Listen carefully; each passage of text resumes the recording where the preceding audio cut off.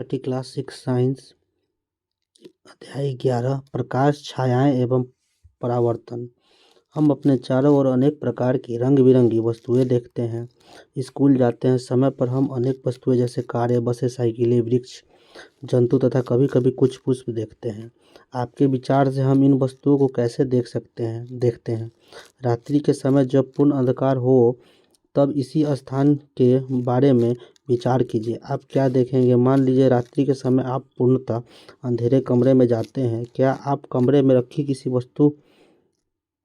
भी वस्तु को देख पाते हैं? लेकिन जब आप कोई टॉर्च अथवा मोमबत्ती जलाते हैं तो उस कमरे में रखी वस्तुओं को देख सकते हैं। क्या ऐसा नहीं है? बिना प्रकाश के वस्तुओं को नहीं देख सकते। प्रकाश वस्तुओं को देखने में हमारी सहायता करता है। टॉर्च का बल्ब एक छोटी वस्तु है जो स्वयं प्रकाश देता है। सूर्य आकाश में एक ऐसा पिंड है जो पृथ्वी को प्रकाशित करता है। दिन के समय हम किसी प्रकाश में वस्तुओं को देख सकते हैं। जो वस्तुएं सूर्य की तरह स्वयं प्रकाश का उत्सर्जन करती है उसे दीप्त पिंड कहते हैं। कुर्सी, चित्र अथवा जूते जैसी वस्तुओं के बारे में आप क्या कहेंगे? इन्हें आप तभी देख सकते हैं जब प्रकाश की एक दीप्त वस्तु जैसे सूर्य, टॉर्च अथवा विद्युत का प्रकाश से इन वस्तुओं पर पड़ता है तब हमारी आँखों की ओर आता है। पारदर्शी, अपारदर्शी तथा परभासी वस्तुएं।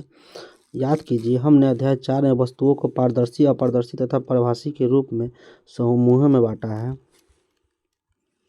यदि हम किसी वस्तु के आर पार नहीं देख सकते तो अपारदर्शी वस्तु है। यदि आप किसी वस्तु के आर पार देख सकते हैं तो वह वस्तु प्रकाश को अपने अंदर से होकर जाने देती है।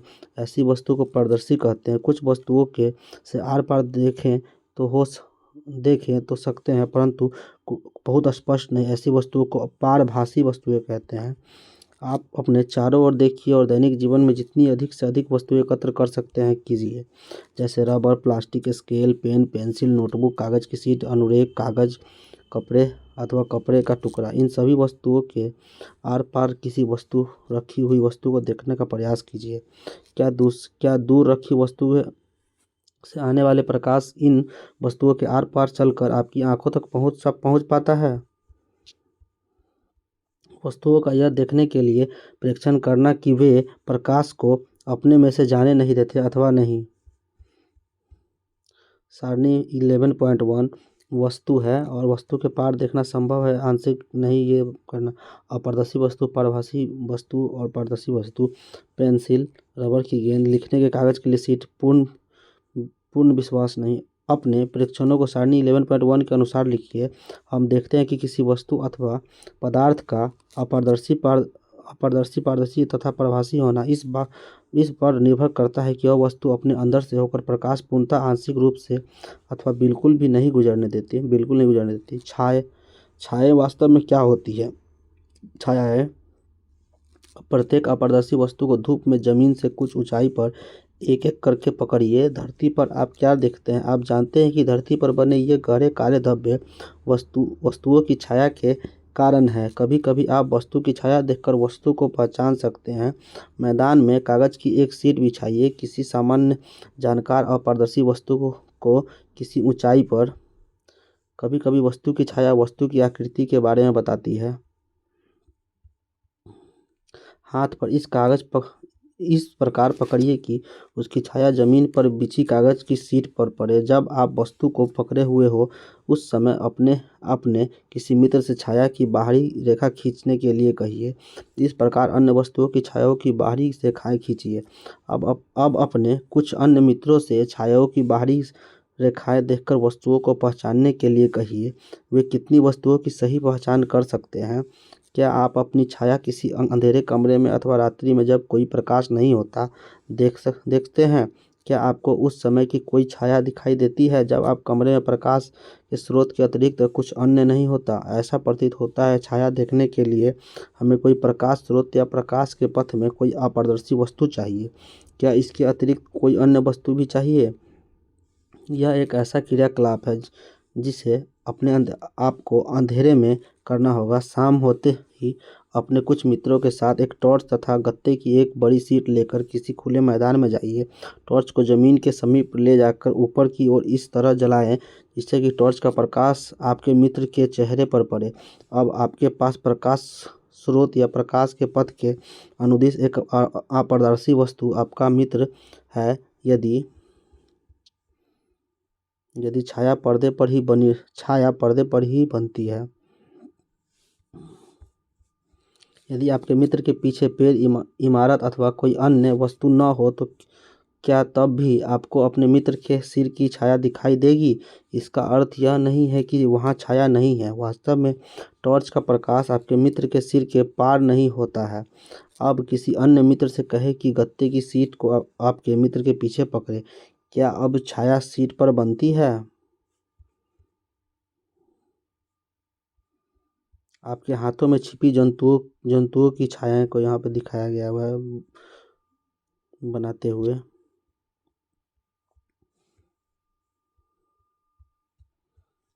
इस प्रकार छाया केवल पर्दे पर ही दिखाई दे सकती है। जमीन, कमरे की दीवार, इमारतें अथवा इस प्रकार की अन्य सतहें आपको दैनिक जीवन में दिखाई देने वाले अनेक छायाओं के लिए पर्दे की तरह कार्य करती है।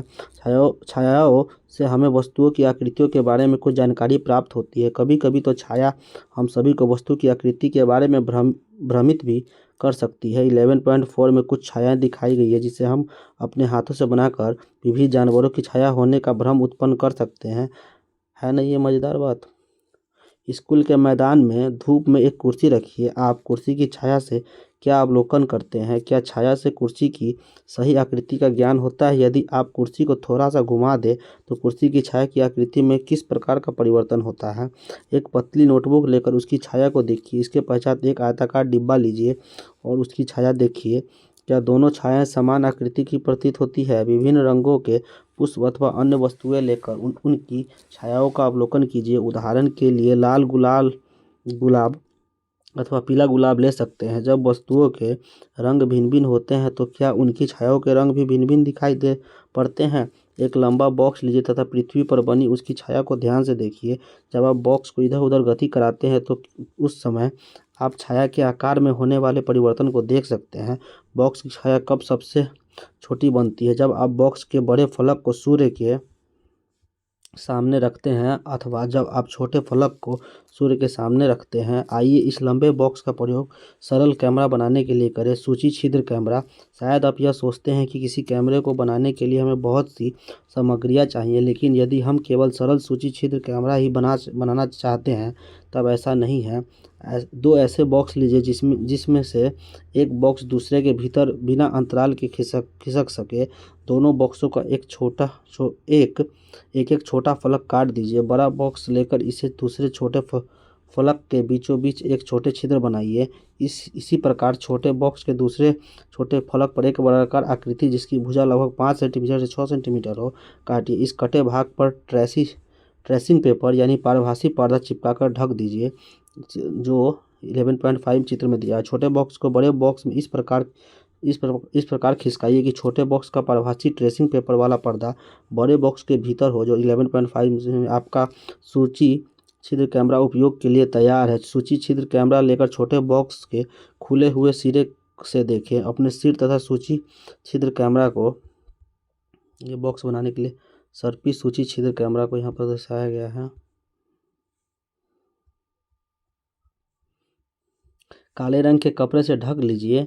अब सूची छिद्र कैमरे से दूर की वस्तु जैसे पेड़ अथवा इमारतों को देखने का प्रयत्न करें। सुनिश्चित करें कि जिस वस्तु को आप सूची छिद्र कैमरे में देखना चाहते हैं वह सूर्य की तेज धूप में रखी हो। अब छोटे बॉक्स को सूची छिद्र बने बड़े बॉक्स में आगे पीछे तक खिसकाएं जब तक दूसरे छोर पर लगे हुए ट्रेसिंग पेपर पर तस्वीर न मिले। क्या सूची छिद्र कैमरों के प्रतिबिंब पर अपनी छाया से भिन्न है? सूची छिद्र कैमरे से सूर्य के तीव्र प्रकाश में सड़क पर गतिमान वाहनों एवं व्यक्तियों को देखिए। क्या कैमरे के द्वारा देखे गए चित्र दूसरी ओर की वस्तुओं के रंगों को दर्शाते हैं? क्या प्रतिबिंब सीधे अथवा उल्टे? आश्चर्य। आइए अब अपने सूची छिद्र कैमरे से सूर्य का प्रतिबिंब बनाएं। इसके लिए हमें थोड़ी सी भिन्न व्यवस्था चाहिए। हमें गत्ते की एक बड़ी शीट चाहिए जिसके मध्य में छोटा सा सूची छिद्र हो। गत्ते की शीट को सूर्य की तरफ इस तरह पकड़े कि उसकी छाया साफ क्षेत्र में बनी। क्या आप सूर्य का वृत्ताकार प्रतिबिंब गत्ते की शीट की छाया के मध्य में देख सकते हैं? अपनी जगह से सूर्य ग्रहण के समय सूर्य का सूची छिद्र प्रतिबिंब देखें। सूर्य ग्रहण से पहले सूची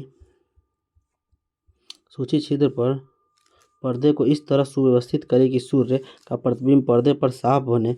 सूर्य ग्रहण आरंभ होने पर सूर्य का प्रतिबिंब देखें। आप अवलोकन करेंगे कि ग्रहण प्रारंभ होने पर सूर्य के प्रतिबिंब का एक भाग धीरे धीरे काला हो जाता है। हमें सूर्य को सीधे कदापि नहीं देखना चाहिए, ये हमारी आंखों के लिए अत्यंत हानिकारक हो सकता है। प्रकृति में भी एक रोचक सूची छिद्र कैमरा है। कभी कभी हम ऐसे वृक्ष के नीचे से गुजरते हैं जिसमें ढेरों पत्तियां होती है, तब हम उस पेड़ के नीचे सूर्य के प्रकाश के धब्बे दिखाई देते हैं। ये प्राकृतिक सूची छिद्र कैमरा वृक्ष के नीचे सूर्य के प्रतिबिंब को दिखाया जा रहा है।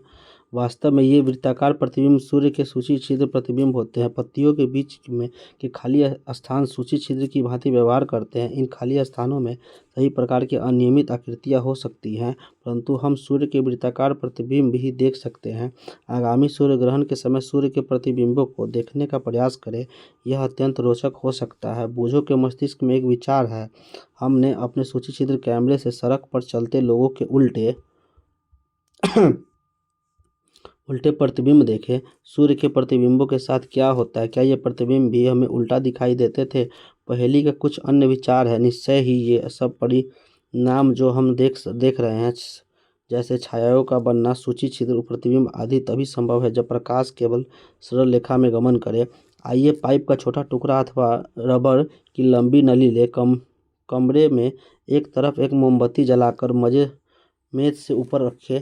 अब कमरे में दूसरी तरफ खड़े मोमबत्ती की ओर ये सीधे मुड़े हुए पाइप के द्वारा देखें। ये सीधा देख रहे हैं और ये मुड़ा हुआ पाइप है। पाइप से होकर मोमबत्ती को देखें। क्या मोमबत्ती दिखाई देती है? जब आप मोमबत्ती को देख रहे हैं तब पाइप को थोड़ा सा मोड़िए। क्या अब मोमबत्ती दिखाई देती है? पाइप को आप अपने दाईं या बाईं ओर घुमाइए। क्या अब आपको मोमबत्ती देख सकते हैं? आप इससे क्या निष्कर्ष निकालते हैं? यह दर्शाता है कि प्रकाश एक सरल रेखा में गमन करता है। क्या ऐसा नहीं है? इस कारण जब कोई अपारदर्शी वस्तु इसे रोकती है तो उस वस्तु की छाया बनती है। दर्पण तथा परावर्तन। हम सभी घर पर दर्पणों का प्रयोग करते हैं। आप दर्पण में अपने चेहरे को देखते हैं। जो आप देखते हैं वह दर्पण में आपके चेहरे का परावर्तन है। हम दर्पण के सामने रखी हुई वस्तुओं का परावर्तन भी दर्पण में देखते हैं। कभी कभी हम झील अथवा तालाब में पानी के पेड़, इमारतों तथा अन्य वस्तुओं पर परावर्तन देखते हैं। यह क्रियाकलाप रात्रि के समय अथवा एक अंधेरे कमरे में किया जाना चाहिए। अपने किसी मित्र से कहिए कि वह एक हाथ में दर्पण लेकर कमरे के एक कोने में खड़ा हो जाए। एक हाथ में टॉर्च लेकर आप कमरे में दूसरे कोने में खड़े हो जाए। टॉर्च के कांच को अपनी उंगलियों से ढक लीजिए तथा टॉर्च को जलाए। किरण पुंज प्राप्त करने के लिए अपनी उंगलियों के बीच कुछ जगह छोड़ दे। प्रकाश पुंज को दर्पण प्रकाश के किरण पुंज का परिवर्तन यहाँ पे दिखा रहा है। आपके मित्र के द्वारा पकड़े हुए दर्पण पर डालिए। क्या आप दूसरी तरफ प्रकाश का धब्बा देख सकते हैं? अब टॉर्च की दिशा इस प्रकार समायोजित कीजिए कि प्रकाश का धब्बा कमरे में खड़े किसी दूसरे मित्र के ऊपर पड़े। यह क्रियाकलाप सुझाता है कि दर्पण अपने ऊपर पड़ने वाले प्रकाश की दिशा को बदल देता है। यहाँ वर्णन किया गया क्रियाकलाप यह दर्शाता है कि प्रकाश सरल रेखा अनुदिश गमन करता हुआ दर्पण से परावर्तित होता है। एक बड़ी थर्मोकोल की शीट के एक किनारे पर एक कंघी तथा इसके दूसरे किनारे में दर्शाए अनुसार एक दर्पण लगाइए। दर्पण तथा कंघी के बीच कागज की गहरी रंगीन शीट बिछाइए। इसे सूर्य के प्रकाश में रखिए अथवा कंघी के सामने टॉर्च से प्रकाश किरण डालिए। सरल रेखा में चलता हुआ तथा दर्पण से परावर्तन होता है। आप क्या अवलोकन करते हैं? क्या आप चित्र में दर्शाए जैसा पैटर्न प्राप्त करते हैं? इस क्रियाकलाप से हमें यह ज्ञात होता है कि प्रकाश किस प्रकार गमन करता है तथा यह किस प्रकार दर्पण से परावर्तित होता है। अपारदर्शी वस्तुएं प्रकाश को अपने में से होकर नहीं जाने देती। पारदर्शी वस्तुएं प्रकाश को अपने में से होकर जाने देती है तथा हम इसके दूसरी ओर रखी वस्तुओं को स्पष्ट नहीं देख सकते। पारभासी वस्तुएं प्रकाश के कुछ भाग को अपने में से होकर जाने देती है। जब प्रकाश के पथ में कोई अपारदर्शी वस्तु आ जाती है तो छाया बनती है। साधारण सामग्री से सूची छिद्र कैमरा बनाया जा सकता है तथा इसका उपयोग सूर्य तथा अतिदीप्त वस्तुओं के प्रतिबिंब को देखने में किया जा सकता है। प्रकाश सरल रेखा में गमन करता है। दर्पण परावर्तन से हमें स्पष्ट प्रतिबिंब प्राप्त होता है।